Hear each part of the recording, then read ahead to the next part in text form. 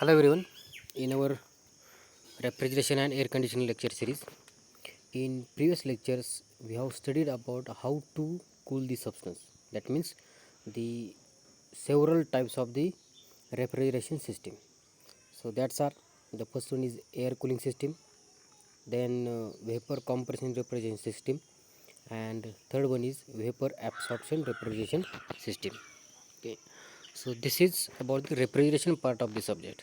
Now from this lecture onward we are going to study about the air conditioning part of the syllabus or the subject. So before going to study about the air conditioning systems, designing of the air conditioning system, first we should know about the what is the basic concepts of the air conditioning system. Okay, so in that, so the first concept we have is the psychrometry.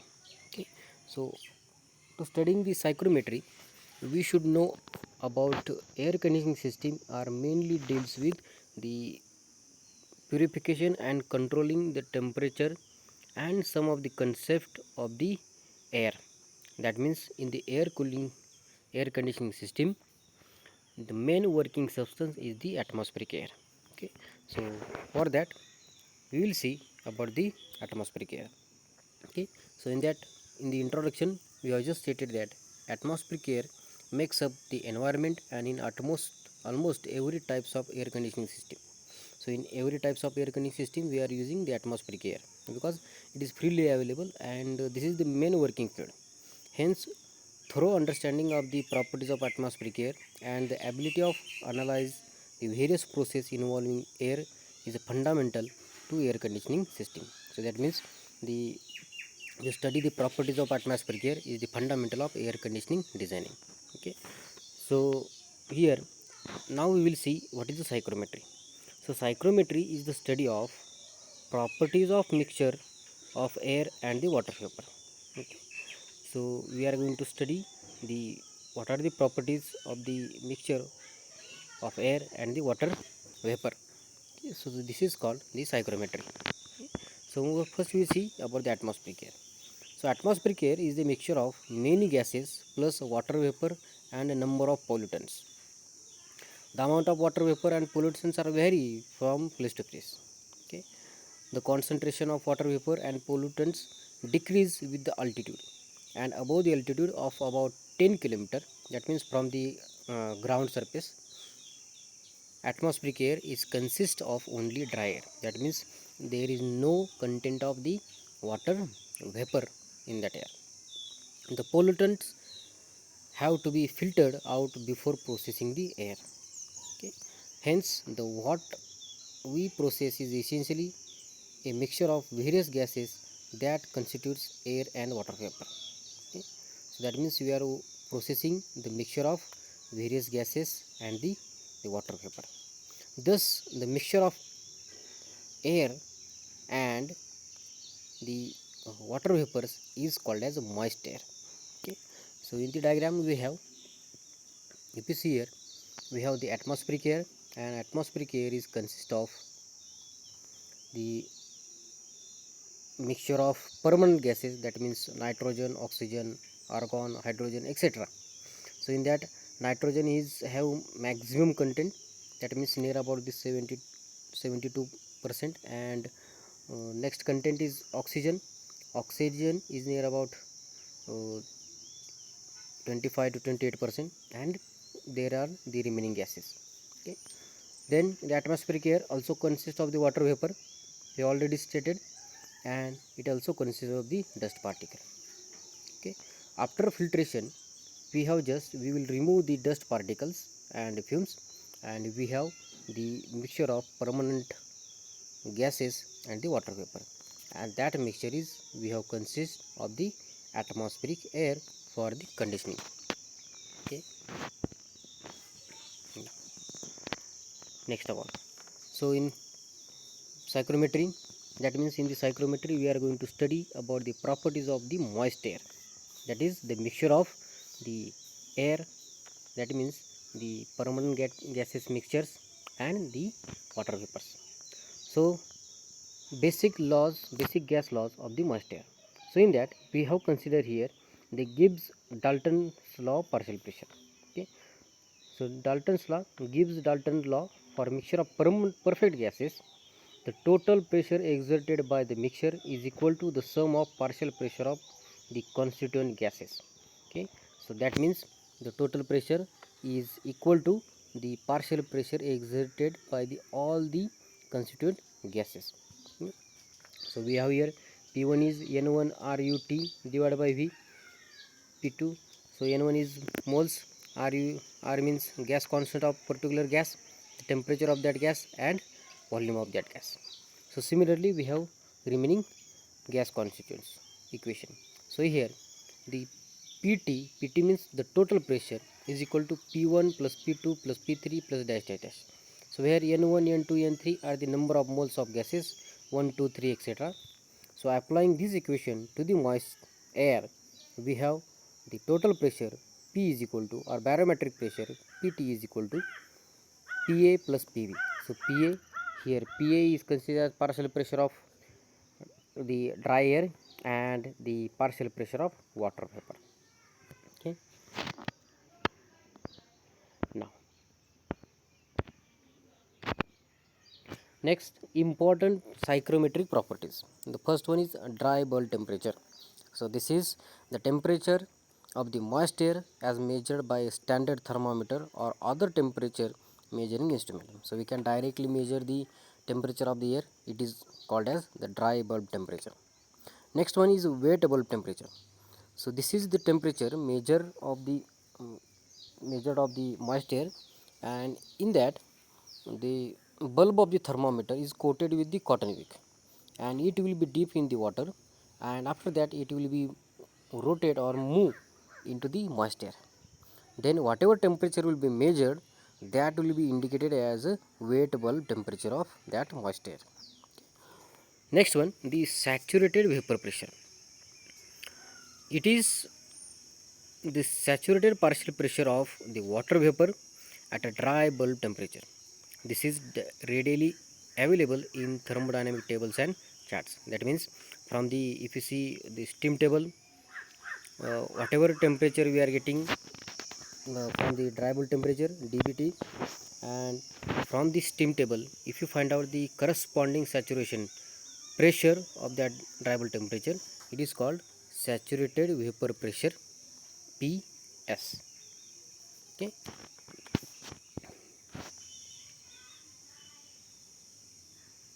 Now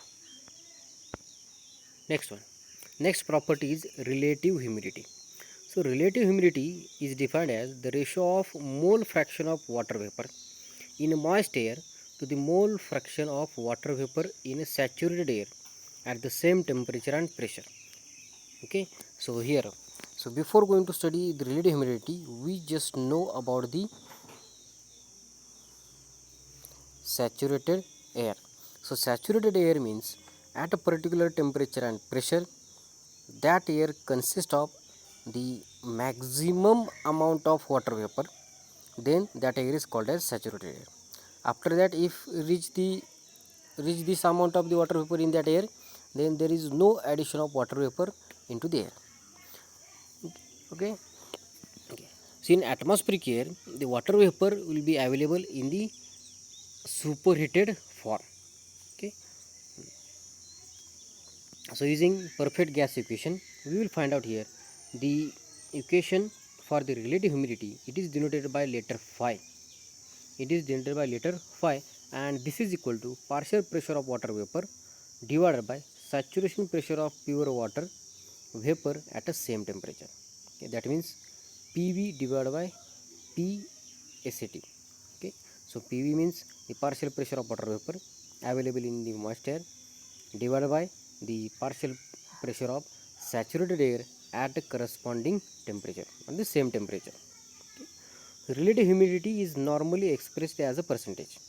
Okay, when phi is 100%, the air is saturated. So from the equation it is obviously, so if same percentage will be available, that means it is going to cancel partial pressure of water vapor divided by the partial pressure of saturated air, and it becomes a 1, that means it is 100%. Now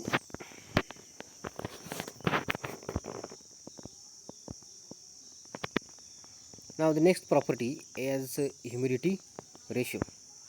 So humidity ratio, it is also called as a specific humidity. It is always denoted by capital W. It is the mass of water associated with each kilogram of dry air. That means whatever the mass of water vapor is available, if you divide the mass of the dry air, it is called as the humidity ratio. Assuming both water vapor and dry air to be perfect gases, the humidity ratio is given by, so W is equal to kg of water vapor divided by kg of dry air.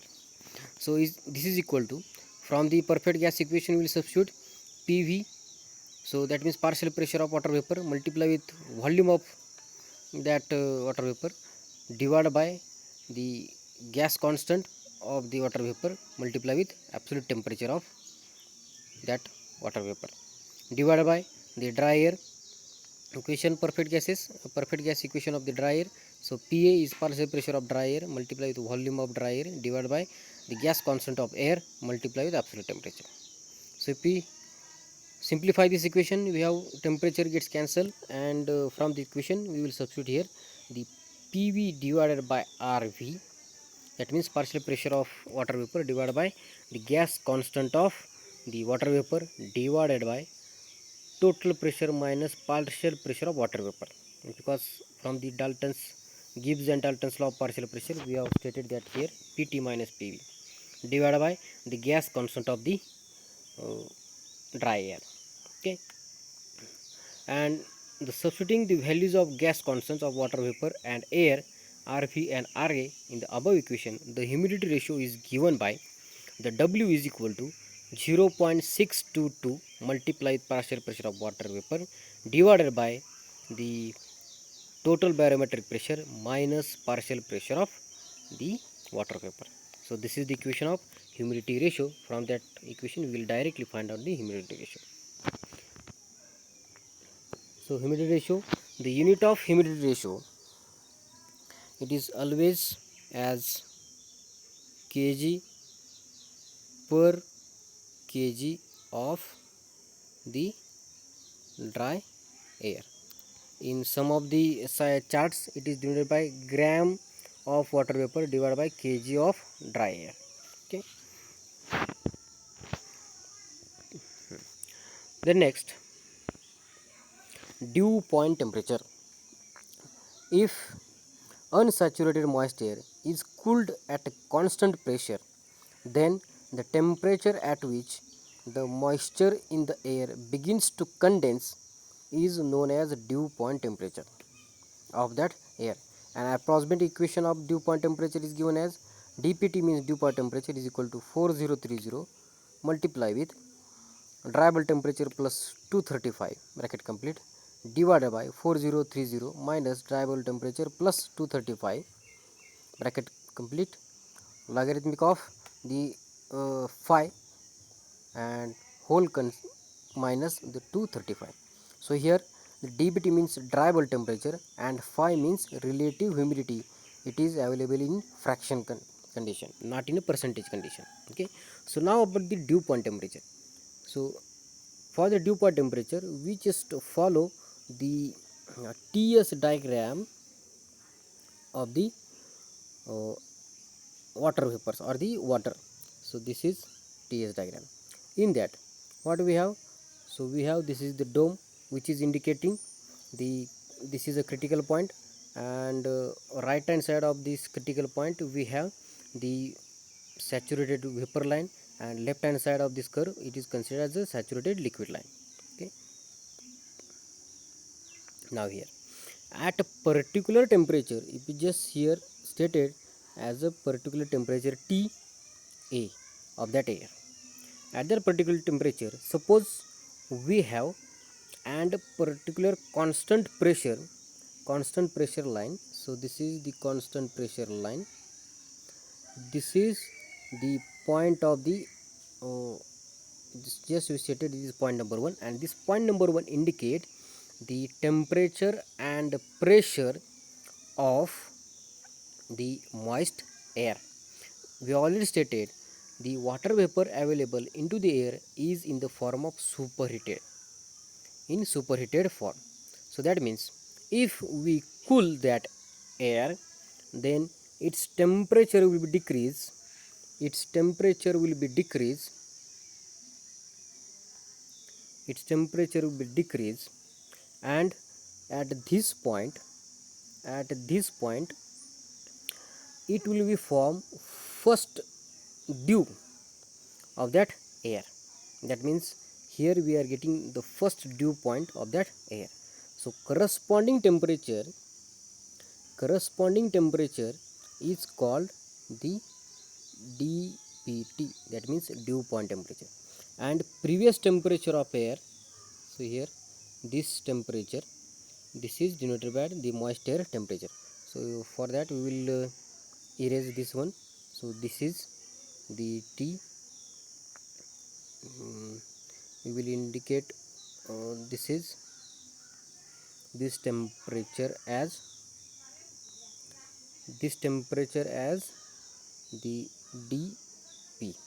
Okay, so that means from this point, if you remove the energy from that water vapor, then its temperature will be decreased, and when at a constant pressure, and when it will form first dew, then corresponding temperature is called the dew point temperature.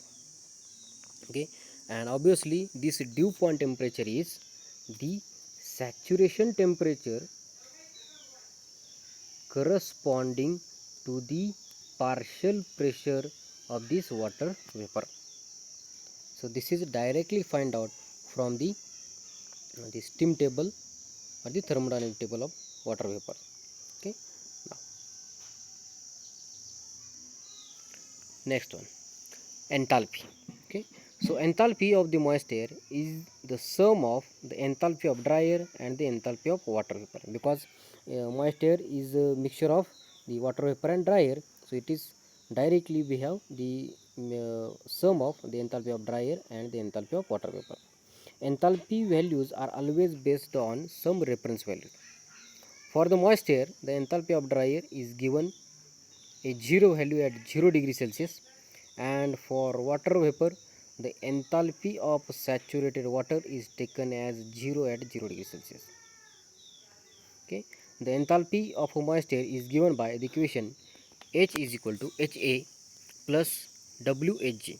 So HA means the enthalpy of air, plus W means specific humidity of air, moist air, multiply with Hg is the enthalpy of the water vapor at a temperature, and this is equal to Cp multiply with T.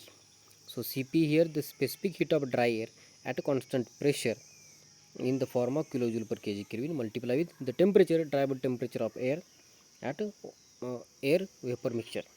Okay, then W is the humidity ratio, that means specific humidity, multiply with HFG. HFG is here latent heat of vaporization, plus CPW means the specific heat of water vapor, multiply with the temperature, and already that the temperature is dry bulb temperature of air vapor mixture in degree Celsius.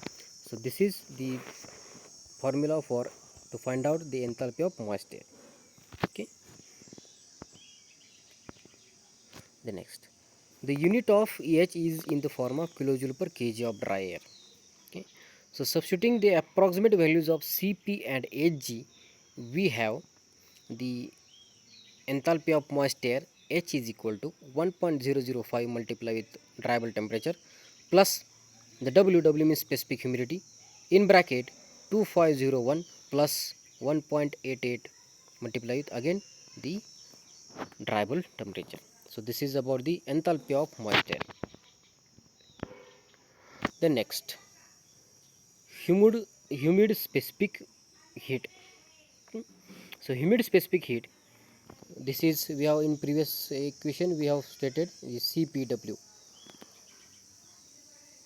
CPW is a specific heat of the water vapor. So humid specific heat, from the equation of enthalpy of moist air, the humid specific heat of the moist air can be written as CPM is equal to Cp plus W of CPW. So here CPM is the humid specific heat kilojoule per kg Kelvin, and Cp is specific heat of dry air in kilojoule per kg Kelvin, and CPW is specific heat of water vapor in kilojoule per kg, and W is humidity ratio in the form of kg per water vapor or kg of water vapor per kg of dry air. So this is about the humid specific heat. The next is a specific volume. So specific volume, it is directly find out by using the perfect gas equations. The specific volume is defined as the number of cubic meters of the moist air per kilogram of dry air. Specific volume is defined as the number of cubic meter of the moist air per kilogram of dry air. So from perfect equation, since the volumes occupied by the individual substances are the same, the specific volume is equal to the number of cubic meter of dry air per kilogram of dry air. Okay, so that is the V is equal to, small v is equal to RA multiply with T. RA means the gas constant of the air multiply with the absolute temperature divided by PA. PA is partial pressure of air, and this is equal to RA multiply with capital T divided by PT by PV. So by using Gibbs and Dalton's partial pressure equation.